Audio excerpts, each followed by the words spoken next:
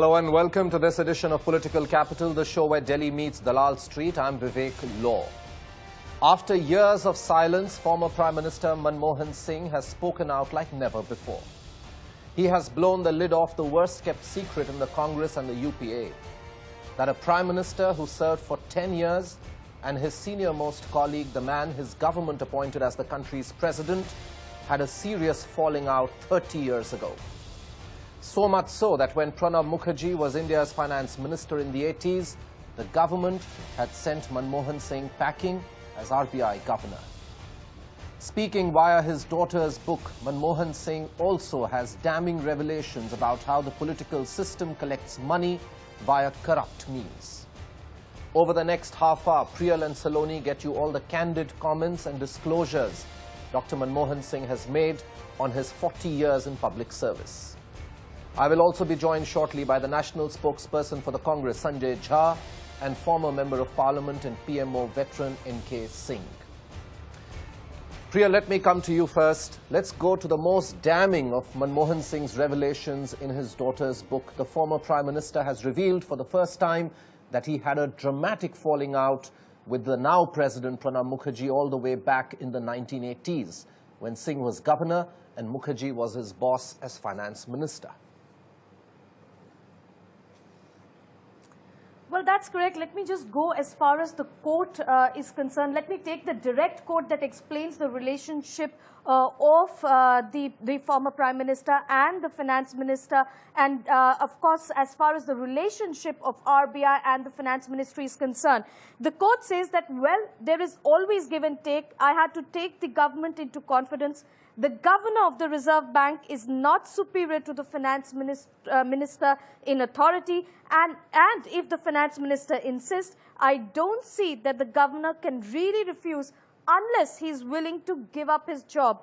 As governor, I had serious differences with finance minister Pranab Mukherjee. End of quote. This is a direct quote coming in from this very book that is strictly personal by Daman Singh, where the former Prime Minister Dr. Manmohan Singh has quoted that during his tenure as the RBI governor, he had serious differences. In fact, he also admits in the book that he resigned after a tenure of just about 2.5 years. And when being asked by his daughter as to whether he would like to say, he says in an incomplete sentence that when you're asked to leave, and leaves at that, with his daughter, narrating the quote forward as perhaps you leave. Now, what really led to this, strained relationship between the former finance minister at that time, Pranab Mukherjee, and Dr. Manmohan Singh? It started, as is admitted by Dr. Manmohan Singh in this book,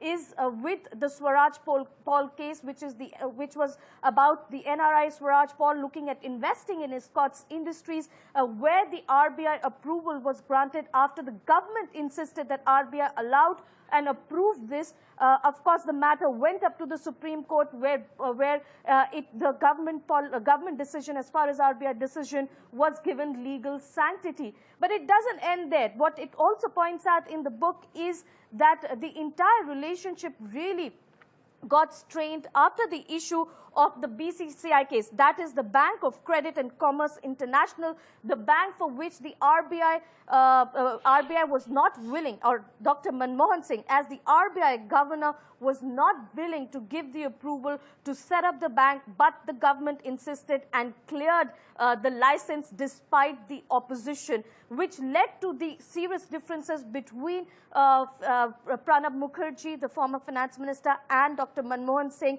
where thereafter he tendered his resignation when the cabinet finally gave the decision that the RBI, or took away the RBI's power as far as the foreign branches is concerned. And that's where what is a very critical aspect that has been revealed, something which were probably under the covers, but something that has really come out with these revelations from none other than the former Prime Minister, Dr. Manmohan Singh himself. While the falling out happened in the 80s, we have also heard of trouble in more recent times. Singh's former aide Sanjay revealed earlier this year that Pranab Mukherjee and Manmohan Singh had a rather dysfunctional relationship in the UPA years as well, when Singh was kept in the dark by Mukherjee on both foreign policy as well as economic policy. Moving on, Priyal, Manmohan Singh's government came under repeated attack for a number of corruption charges. Now, while he concedes the existence of corruption in the political system, his response remains as weak, isn't it? Well, absolutely. He concedes definitely that there is corruption, the existence of corruption in the entire political system. Of course, as far as the bureaucrats and others are concerned, he does point out that while it did not exist earlier during his tenure, but refused to comment as far as the existing scenario is concerned. What he pointed out quite clearly was that the political system needs money, and let me quote what he says, that the political system needs money. This money cannot be raised in legal manner. Elections are becoming very expensive. Therefore, political parties have to mobilize resources, and they do all sort of things to do so. Personal gain could be part of the same thing. If person collects so much money in the name of the party, who can say he gives the party what money and how much he keeps for himself? End of quote. That's what he pointed out in terms of conceding the existence of corruption in the political system. But a question that most of us perhaps have been asking, and is something that his daughter also asked him, which is as how a person of integrity was, could tolerate corruption in high places, to which he really pointed out, well, it is very difficult for me to pronounce that. Certain perceptions get associated with certain individuals, but one does not know how much truth is it in them. That's what he quotes. How much truth is it in them? And that remains a question mark as to what really he thought of the existence of corruption in the political system, something that his government has been questioned on it, and the results have really been on line of those. Saloni, coming to you now. The biggest economic issue that Manmohan Singh's government had to tackle was runaway inflation. On this front, the former Prime Minister has chosen to blame the compulsions of coalition politics for not being able to take inflation on as strongly as perhaps Indira Gandhi's government did in the 70s. Tell us, what does the book say on that? Well, clearly, Vivek, coalition politics, according to Manmohan Singh, like you mentioned, was the key reason behind the UPA government's inability to tame inflation.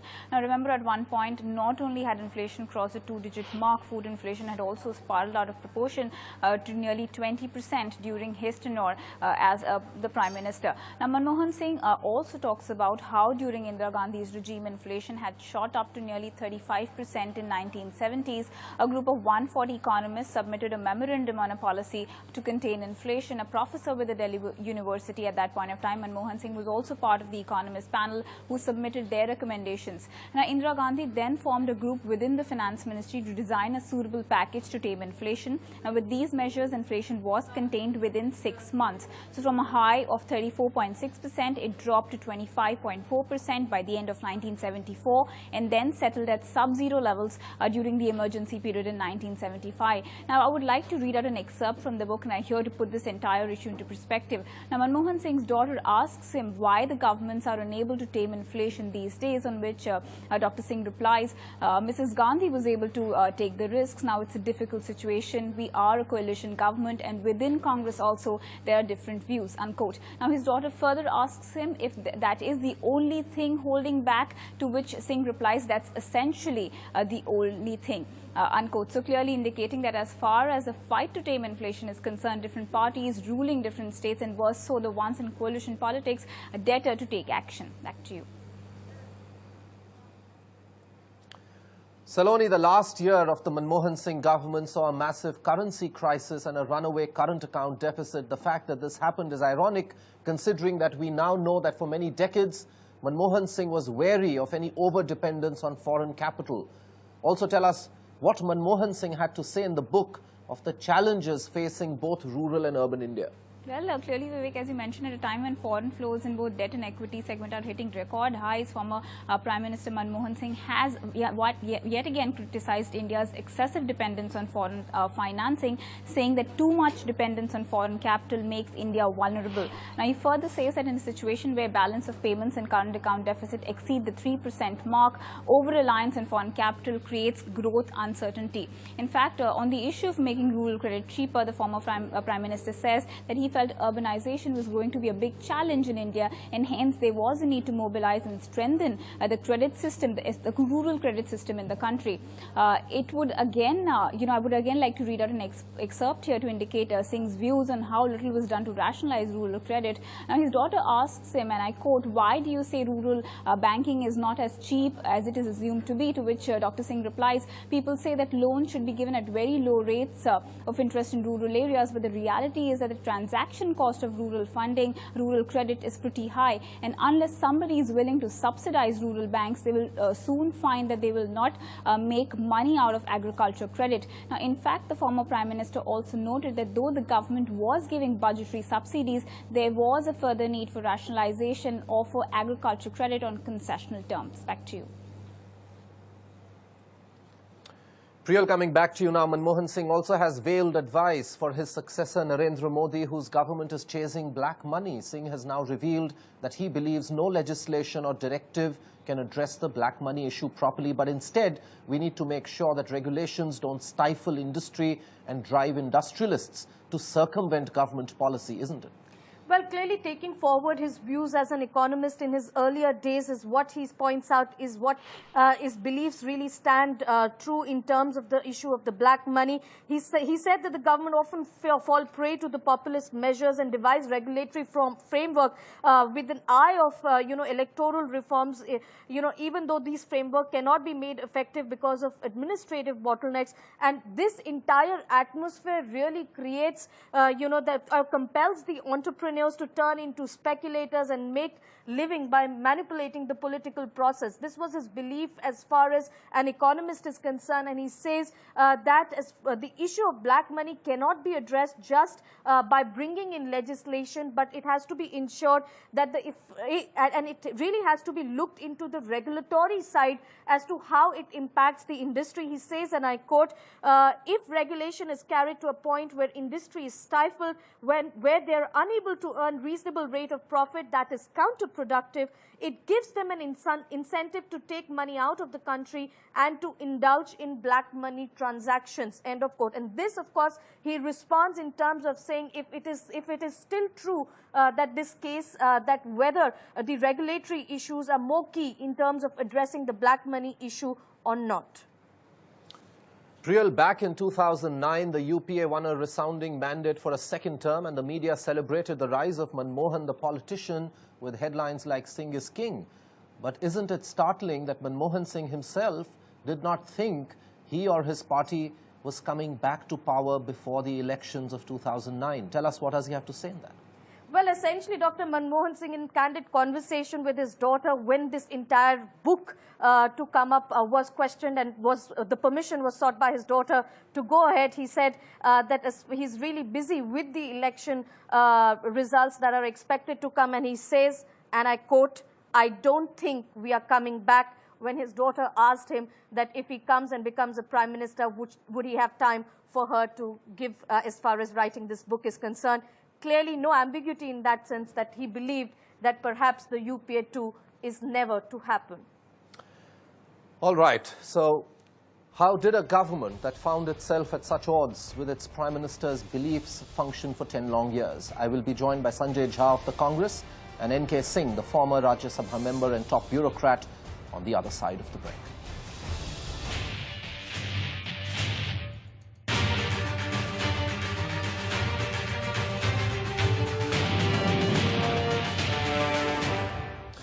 Welcome back. You're watching Political Capital, the show where Delhi meets Dalal Street. We've just told you how former Prime Minister Manmohan Singh and the country's current President Pranab Mukherjee had serious differences that go decades back. Manmohan Singh's daughter has also revealed what the former PM thought of corruption in the political system. Does all of this also have lessons for the top team of the Modi government as they come to terms with each other's ambitions? Joining me to talk about all of this is Sanjay, national spokesperson of the Congress, and N.K. Singh, former Rajya Sabha member and a man who spent years at the topmost levels of the Prime Minister's office and the Finance Ministry, and someone who has known Dr. Manmohan Singh for decades. Thank you very much, gentlemen, both of you, for joining me. Let me come to you first, Mr. Singh. This is something that perhaps in the corridors of power was always speculated, that the relationship between Dr. Manmohan Singh and Pranab Mukherjee was fairly frosty. This book reveals in his own direct voice about the kind of serious differences that he had back when he was the RBI governor and Pranab Mukherjee was the finance minister. He seems to have chosen to speak out, at least through a book now.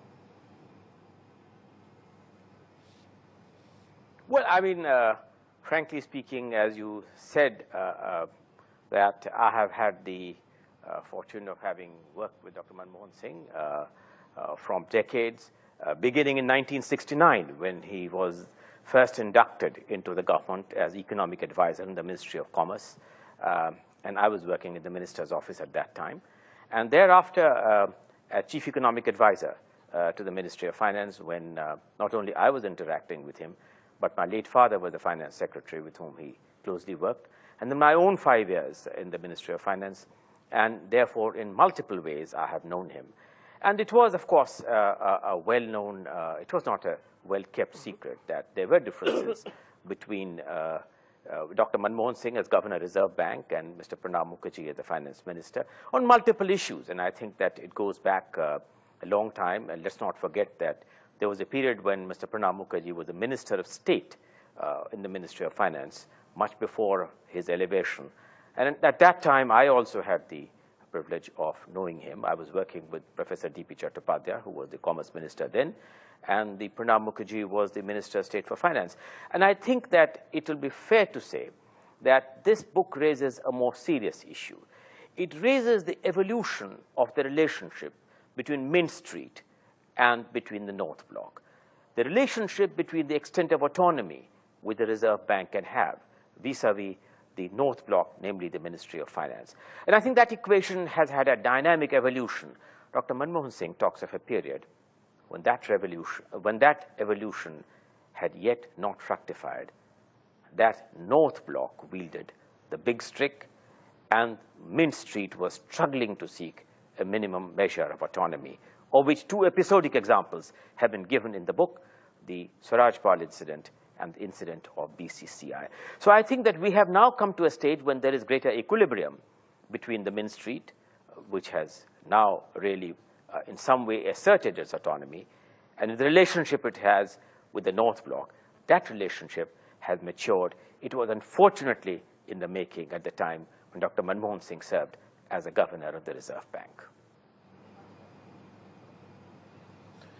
Sanjay, let me get your thoughts. At the outset, are you pleased at the fact that Dr. Manmohan Singh, who towards the end of his term was vilified, if one may use that word, criticized, vilified, called all kinds of adjectives in terms of not speaking, not talking, remaining mum.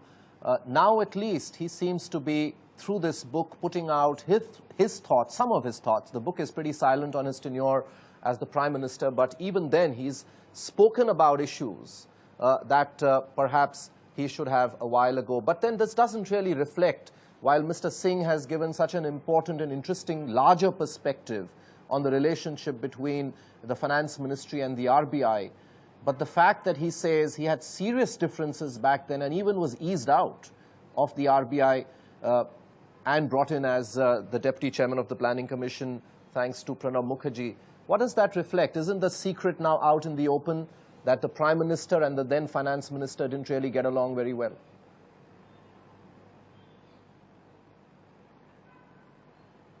Vivek, firstly, from the excerpts of the book that I have read, it is very apparent, firstly, that Mr.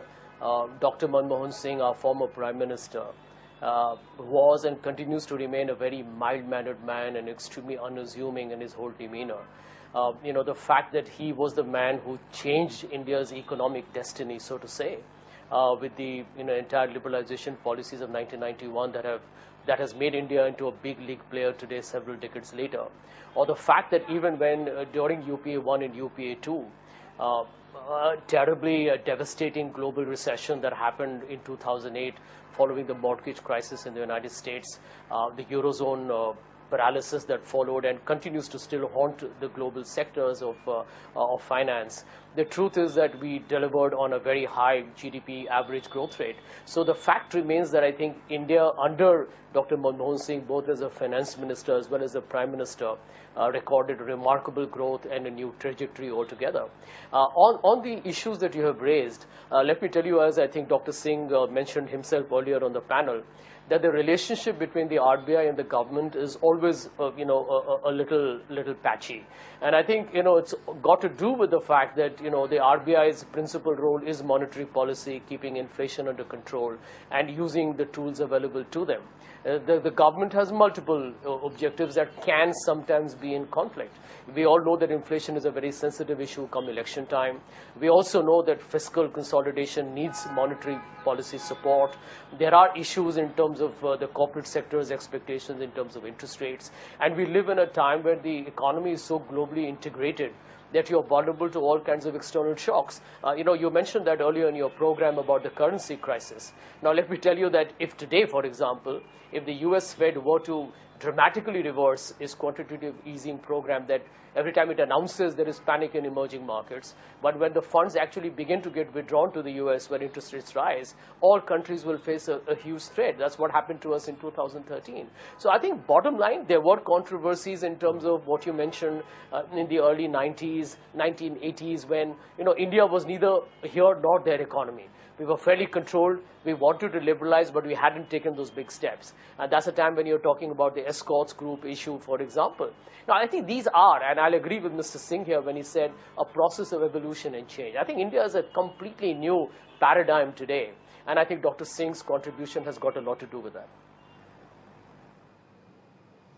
No, nobody is questioning his contribution, Sanjay, but you've sidestepped my question in terms of the fact that when he comes out and through a direct quote says that he had serious differences, and he uses the word serious differences, and this is something which was talked about. It was talked about not by either of the two principal parties involved here, that is Dr. Singh or Mr. Pranab Mukherjee, but this was discussed all over, that things were not really great between the two of them, and this in some ways an acknowledgement of that, isn't it?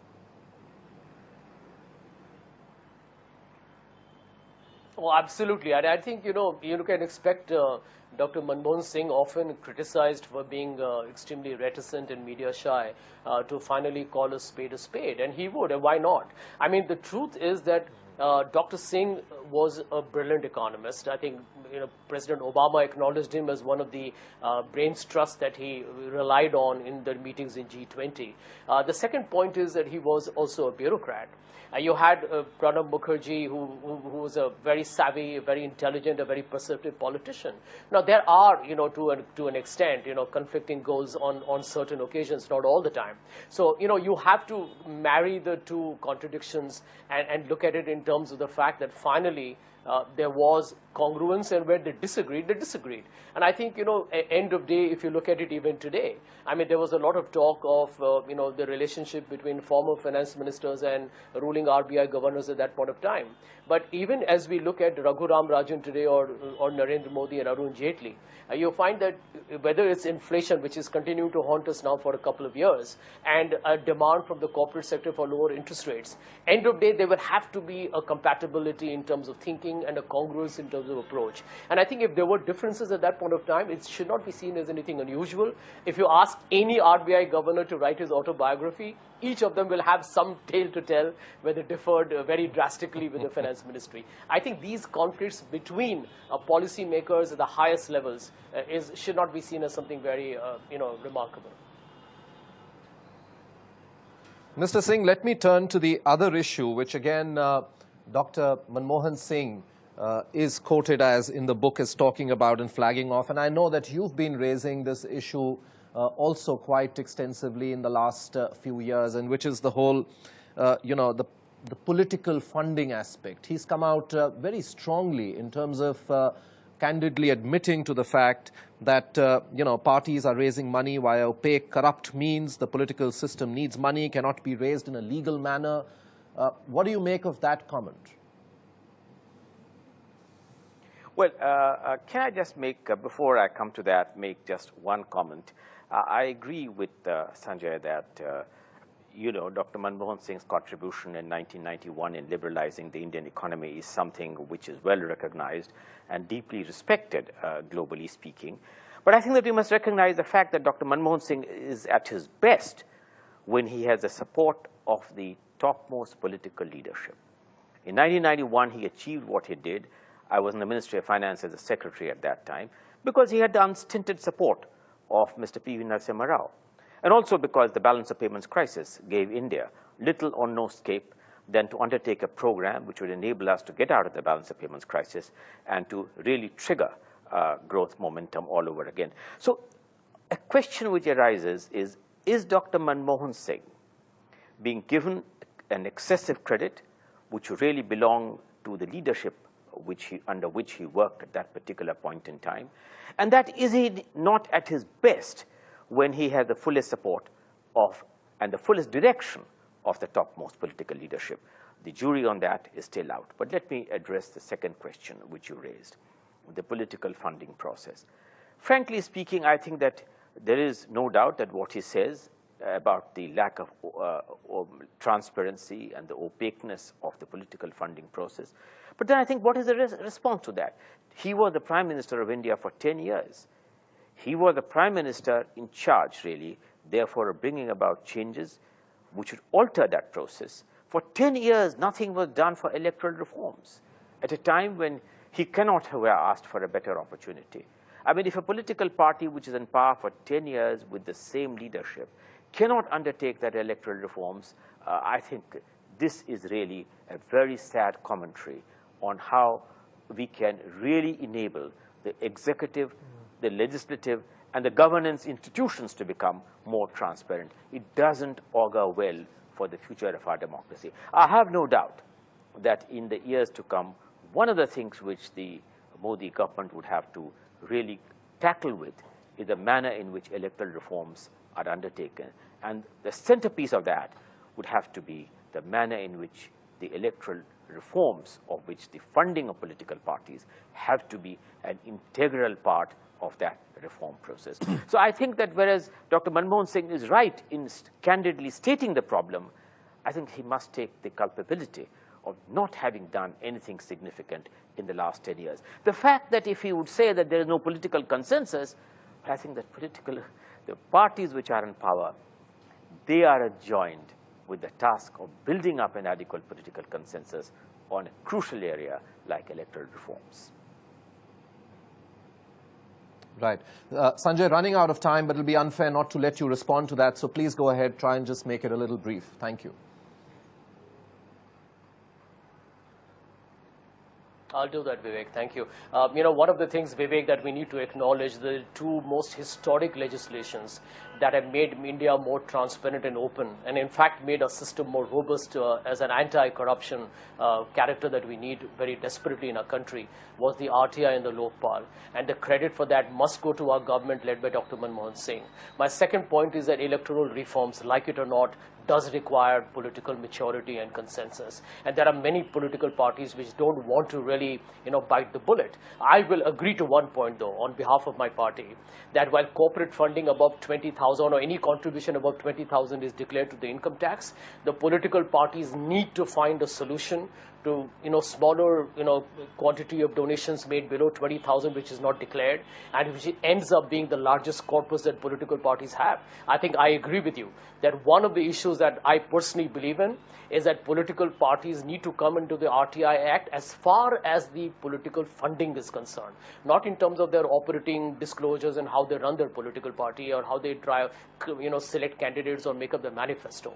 But I think political parties need to actually declare each and every rupee or paisa that they get from the common man or from a corporate. And I think that's something that all of them need to work, including Mr. Singh's party.